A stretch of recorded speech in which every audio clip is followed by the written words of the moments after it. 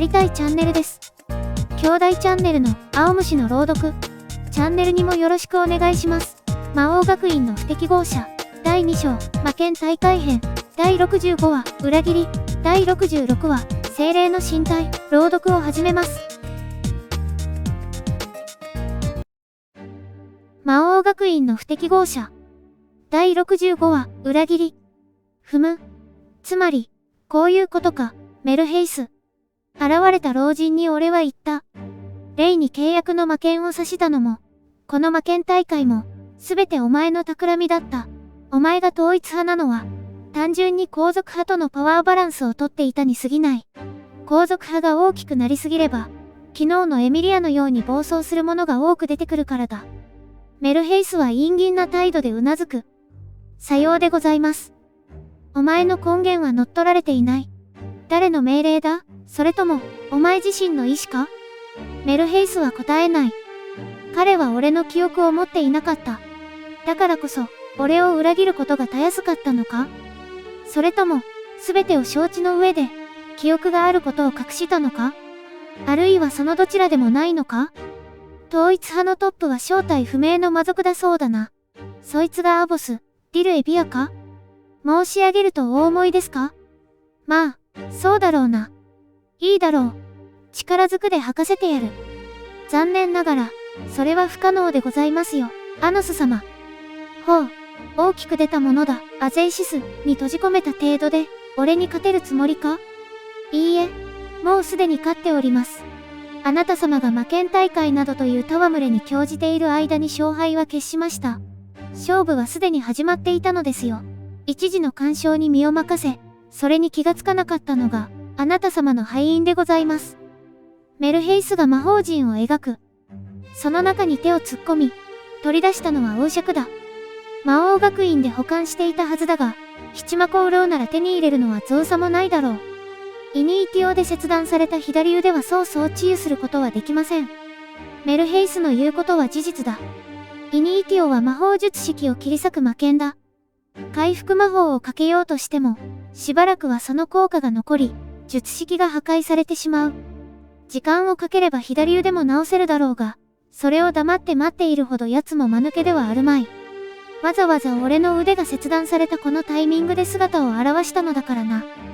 その上、9魔の円環に魔力を吸われ続けたあなた様の魔力は今や半分以下になっております。このアゼイシスの中では配下の助けも期待できません。俺の左右に魔力の粒子が集う。それは魔法の門を形作り、そこに2人の男が現れた。七魔コウロウガイオス、アンゼムとイドル、アンゼオだ。どうやら借りを返す時が来たようだな。ガイオスが極大魔剣グラジェシオンを担ぐ。腐っても始祖だ。ガイオス、油断するなよ。イドルが炎の魔剣ゼスと氷の魔剣イデスを両手に握る。どの魔剣も大魔剣教練で俺とレイが破壊してやったが、修理することができたようだな。お分かりになりましたでしょうか？七魔コウロウ相手に3対1でございます。いくらあなた様でも、この状況で勝ち目はありますまい。メルヘイスの言葉を、俺は鼻で笑い飛ばす。3対1か。メルヘイス、お前は数も数えられないのか？何をおっしゃって。ズガンと極大魔剣グラジェシオンがガイオスの手から離れ、地面に突き刺さる。ガイオスの玉がその場に崩れ落ちた。ガイオス？ついで、イドルの首がボトリ、と落ちる。これは？閃光のように歯が走る。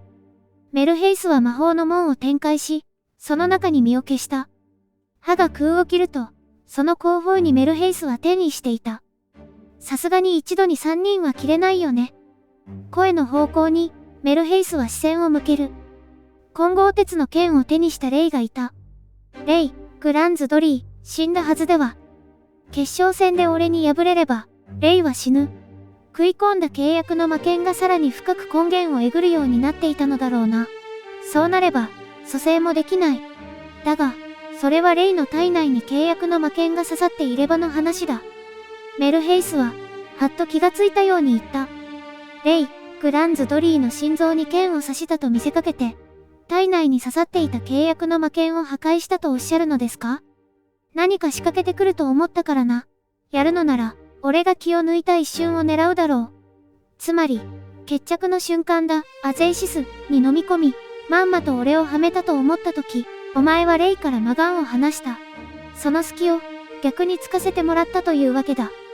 メルヘイスは険しい表情で、俺とレイを睨む。自分が一方的に俺を観察しているつもりでいたか、メルヘイス？示し合わせているような素振りはなかったはずでございます。レイ、グランズドリーは確かに本気であなた様と戦っていました。確かに本気だったよ。レイが言う。僕は本気でアノスと戦い、そして彼を守ろうと思った。キューマの円環を破壊し、母を失う覚悟も決めた。最後に自分の剣を思い切り彼にぶつけたいと思ったのも嘘じゃない。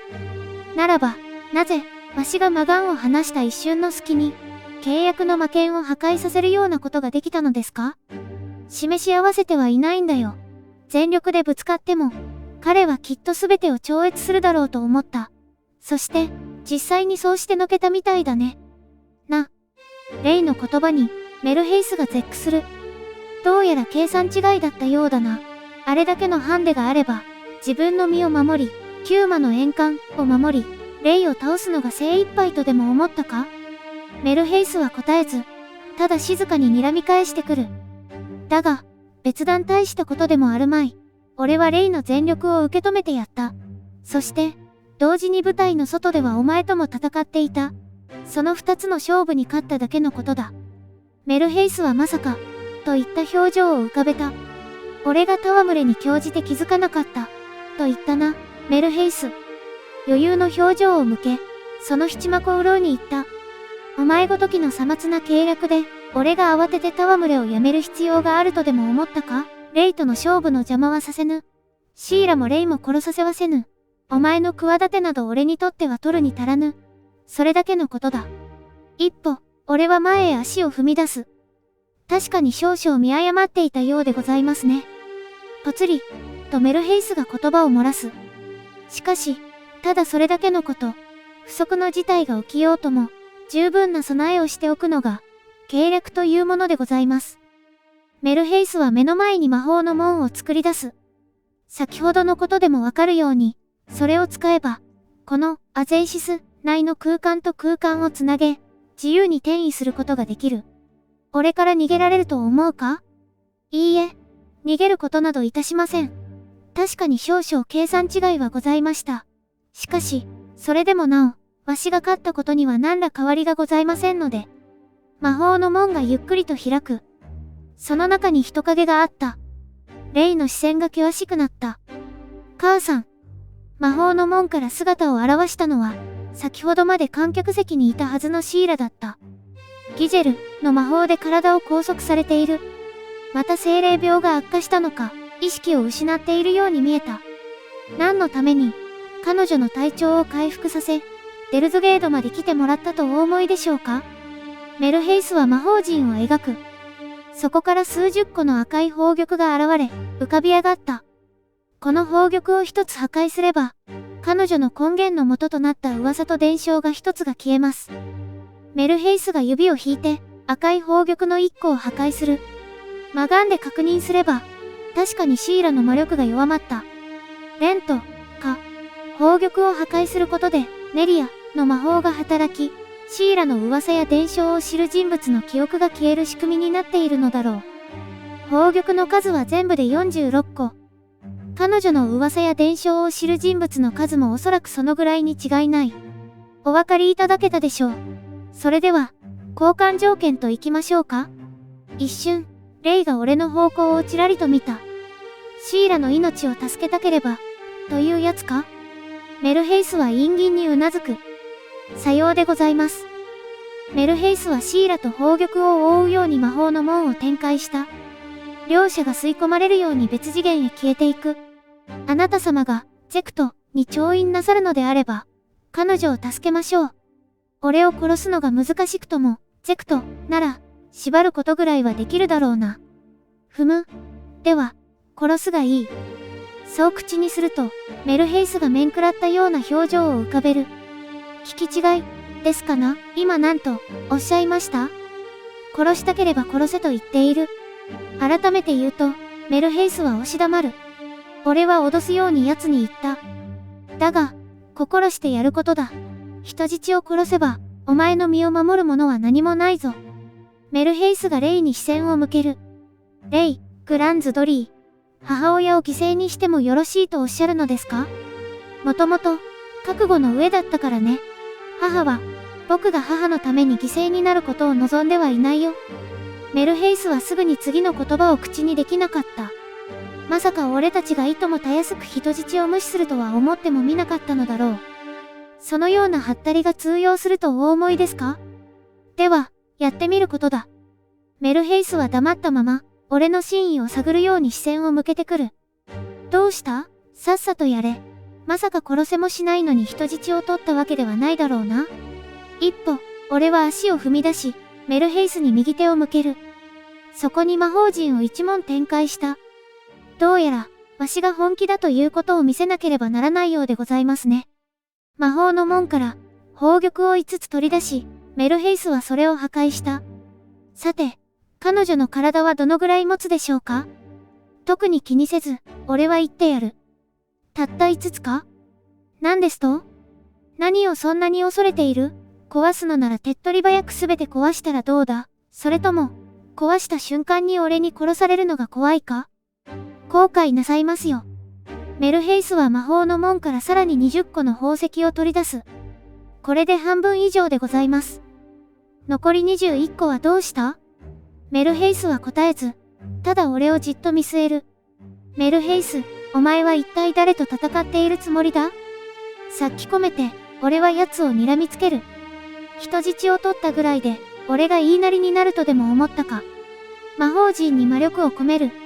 黒い太陽がわずかに姿を見せる。気がついておらぬようだから教えてやるが、俺と向き合った時点でお前はとうに命を差し出しているのだぞ。メルヘイスは反射的に身構え、臨戦態勢をとった。瞬間、レイは持っていた混合鉄の剣を奴に投擲した。無駄なことを。メルヘイスは難なく剣を払いのけた。悪あがきをなさると、本当に母親の命は。メルヘイスが再び俺たちに視線を向けようとして、しかし、表情を険しくした。一瞬の隙を突き、レイはシーラが消えていった魔法の門に飛び込み、俺は宝玉を追いかけ、別の魔法の門の中へ入っていたのだ。第66話、精霊の身体。魔法の門をくぐり抜けると、そこは同じく床に巨大な魔法陣の描かれた闘技場の舞台だった。しかし、レイもメルヘイスもいない。別次元に繋がっているのだ。視線を巡らせると、赤い宝玉が四方に散らばっているのが見えた。まんまと出し抜いた、とお思いでしたら、大間違いでございますよ、アノス様。メルヘイスの声が響く。だが、姿はない。ここは奴が作り出したアゼイシスの中だ。次元が違おうが、声だけを届けることもたやすいだろう。罠というものは23重に張り巡らせるものでございますので、魔法の門が俺の四方に現れる。それが開くと、中から出現したのは、黒いオーロラだ。凶悪な光を放ち、底知れぬ魔力を秘めた、滅びの障壁。それが牙を剥くように舞台全体を一気に覆っていく。俺は床に散らばった21個の宝玉と自分自身に半魔法をかけた。バチーッと激しい音を立て、黒いオーロラと半魔法がしのぎを削った。瞬間、半魔法の第一層が弾け飛ぶ。すぐさま俺は半魔法を張り直して補強する。しかし、その途端に半魔法が弾け飛ぶ。この黒いオーロラは、時の万人エウゴ、ラビアズと融合したアイビスの魔法よりも、格段に強い。宝玉を守るには、絶えず半魔法を展開し続けるしかない。随分と見覚えのある魔力と魔法だな。黒いオーロラから発せられる魔力の波長には懐かしささえ覚える。そう、確かにこれは、2000年前の俺のものだ。俺が世界を4つに分けた、壁、か。さようでございます。あなた様が命がけで行使した魔法、創造神、大精霊、勇者、魔王の魔力を合わせることによって初めて成し遂げた、ベノイエ文、でございます。道理で強力なわけだ。ベノイエ文は全てを拒絶し、滅ぼす。オーロラの壁の中に飲み込まれては、ただでは済まぬ。壁が消える前に、アゼイシスの中に取り込んでおいたか。魔力を与え続け、ベノイエ分が消えぬよう保存しておいたのだろう。壁を越えるだけの力を持ったメルヘイスならば、できないことでもあるまい。ええ。ですが、さすがに、ベノイエ分は維持するのがやっとで、わしにも制御は叶いませんでした。ですから、あなた様の魔力が必要だったのでございます。なるほど。キューマの円環で俺の魔力を吸い取っていたのは、力を削るだけではなく、ベノイエ分を制御する魔力を手に入れるためか。本来は動かせる魔法ではないのだが、アゼイシスの中にあるのなら、魔法の門を使い、自由に転移させることができる。こうして、攻撃魔法として使えるというわけだ。しかし、さすがはアノス様でございます。転生したての魔族は、通常ならば、その魔力の10分の1も使えぬもの。転生後、わずか1、2ヶ月でかつてのお力を取り戻しているとは恐れ入ります。そうでなければ、ベノイエ分を防ぐことすらできなかったでしょうに。随分戸口が滑らかなようだが、メルヘイス、俺が俺の魔法でやられるとでも思っているのか？万全ならば、そうはいきますまい。しかしながら、あなた様は左腕を失い、魔力の半分以上を消耗しております。その上、御身のみならず、21個の宝玉も半魔法で守らなければなりません。いくら暴虐の魔王といえども、分が悪いのでは？そう思うか？ではもう一手、打たせていただきましょう。リムネトの魔法により、目の前に映像が現れる。別次元の闘技場だ。シーラを抱きかかえるレイの姿が映った。ベノイエ分。メルヘイスがそう口にすると、レイの周囲に黒いオーロラが立ち上った。彼はとっさに手を腰のあたりにやるも、そこに剣はなかった。イニーティオは俺が折った。混合鉄の剣はさっき投げてしまったのだ。彼はあまり魔法が得意ではないご様子。丸腰では、ただでは済みますまい。漆黒のオーロラがレイたちに襲いかかる。剣を持たないレイに、それを防ぐ術はないだろう。だが、ベノイエ分から2人を守るように半魔法が展開されていた。さすがは、アノス様、リムネトの魔力をたどり、別次元に半魔法を展開するとは恐れ入ります。陰銀な口調でメルヘイスは言う。しかし、そこまで魔力を使っては他に何もできますまい。あなた様が力尽きるのはもはや、時間の問題でございます。ふむ。まあ、一理あるがな。このまま半魔法を使っているだけでは埒が明かぬ。レイ、聞こえるか？レイのいる次元へ、リークスを飛ばす。アノス、この半魔法は君が？ああ。だが、少々魔法を使いすぎていてな。その黒いオーロラ、ベノイエ分をどうにかできるか？レイは真剣な表情でうなずく。剣を出せるかい？長くは持たんぞ。アイビスの魔法を使い、レイの目の前に魔剣を作る。レイはそれを握った。神経を研ぎ澄まし、彼は鋭く眼前のオーロラを見据えると、その術式の急所をつくかのごとく、一閃した。一瞬真っ二つに割れた黒いオーロラは、反発するように元に戻っていき、レイに襲いかかる。それを迎え撃つがごとく、彼はもう一閃した。しかし、ベノイエ分と衝突した瞬間、剣身はボロボロと砕け散ってしまう。さすがにこれだけ半魔法を使い続けながら、ベノイエ分の中でまともな魔剣を作るのは難しい、か。どうやら、そこまでのようでございますね。アノス様、ベノイエ分はさらに密度を増しておりますよ。勝ち誇ったようなメルヘイスの声が響く。半魔法が破壊される速度がみるみる加速していた。ベノイエ分を次々とこちらへ送り込んでいるのだろう。奴が言った通り、黒いオーロラの密度が増し、その分威力が上がっているのだ。この魔法、ベノイエ分だったかな？君の魔力を感じるけど。詳しい説明は置いておくが、2000年前に俺が命がけで使った魔法だ。メルヘイスはそれをうまく取り込んだようだ。道理で、手強い魔法だと思ったよ。レイは自身を包み込んでいる黒いオーロラを睨む。アノス、僕の半魔法を解いて、もっと強い魔剣を作れるかい？それはできるがな。半魔法なしに、ベノイエ分に身をさらせば、お前でも死ぬぞ。レイは爽やかに微笑んだ。どうせこのままなら、死ぬからね。その前にこれを切るよ。壁に当たれば当たるほど、成長するのがこの男だ。先ほどの一投で、すでにコツをつかんだのかもしれぬ。0.5 秒で切れ。それ以上の保証はできない。俺は再びレイの目の前に魔剣を作っていく。彼はその絵を握った。いいか？いつでも。では、行くぞ。レイの半魔法を解き、その魔力を一気に魔剣につぎ込む。献身により頑強さが加わった。はあ。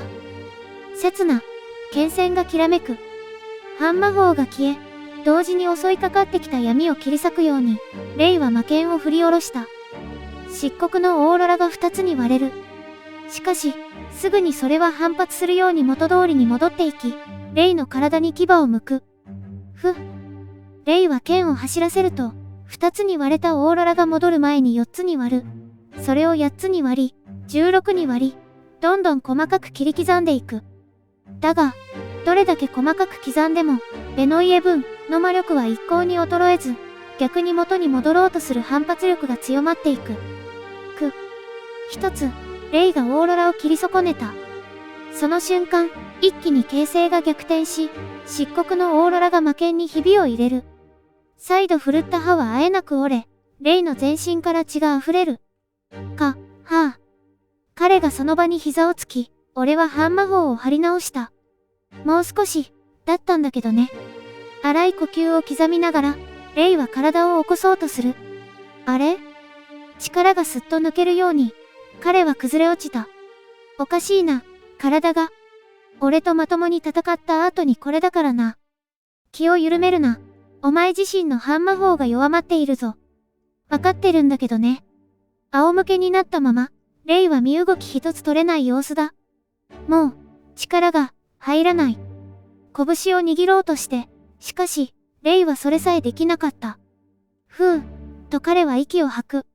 アノス。宙を見つめながら、レイは言う。僕はここまでだ。母を頼めるかい？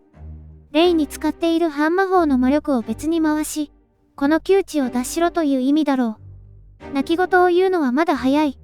だって、もう体が動かないよ。それに立ったところで、ベノイエ分は切れない。君には、やっぱり叶わないみたいだよ。諦めたように、レイは目を閉じる。さすがにこの男とて限界か。いや、できるわ。俺が言葉を口にするより先に、かすかな声が聞こえた。母さん。できるわ、レイ、私は信じてる。だって、あなたは剣が大好きなんだもの。まるで上事のようにシーラは言う。噂と伝承を消され、精霊病が進行しているはずだ。それなのに。ごめん。母さん、もう体が。大丈夫よ、レイ。大丈夫。お母さんが守ってあげる。あなたの力になってあげる。僕の力に？シーラの体が淡い光に包まれる。すると、人の輪郭がぐにゃりと歪み、みるみる別の姿へと変わっていった。精霊は仮初めの姿と身体を持つ。半霊半魔に身体があるのかは定かではなかったが、どうやら、これは真の姿を表そうとしている、か。精霊病を患い、シーラの魔力は今にも消えそうだった。身体を見せられるほどの力など、普通に考えればどこにも残っていまい。それでも、彼女はその根源から力を振り絞っている。愛する、息子のために。そうして、シーラが完全に身体を表した。歯を持つ、剣の姿を。水の大精霊リニオンの身体が八つ首の水竜なら、シーラの身体はその剣剣なのだろう。外見は、父さんが作った混合鉄の剣にひどく似ている。だが、そこから発せられる魔力は比べ物にならないほど大きい。なるほど。そういうことか。ならば、手出しは必要あるまい。立てるはずよ、レイ。あなたはまだ戦える。お母さんは、あなたを途中で諦めるような弱い子に育てた覚えはないわ。ゆっくりと、レイは体を起こす。